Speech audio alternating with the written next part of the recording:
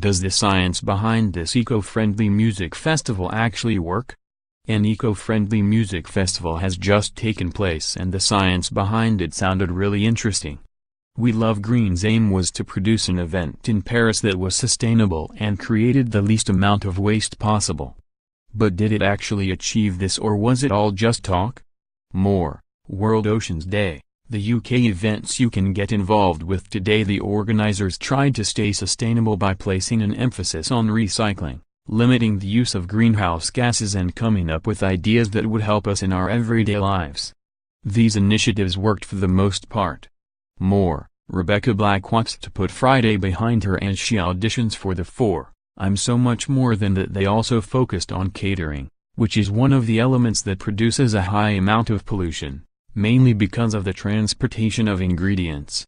The festival, which featured Bjork and Migos as headliners, tried to minimize this and also made sure companies sourced organic and locavore produce, donated and unsold produce.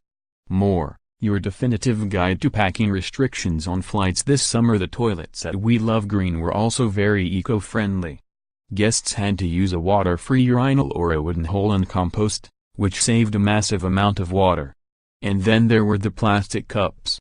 Anyone who goes to music festivals will be familiar with people walking around picking up discarded cups so they can exchange them for cash or credit. This was in full force at We Love Green and worked to treat in terms of recycling. More. Scientist wants to give us brownie points for saving the planet. Experts, including NGO leaders, entrepreneurs and campaigners, also gathered at the park in Bois de Vincennes on June 2nd and 3rd to come up with new concepts. The Residence Workshop, which gave a platform to the next generation of recently qualified designers and design students, was a success. The festival financed work from the successful applicants that appeared at the event, with the ownership of the work remaining with the artists. It also offered them mentors that would help them source recycled materials for their projects that featured at We Love Green. Everything came together quite well and we look forward to what the festival will do next year.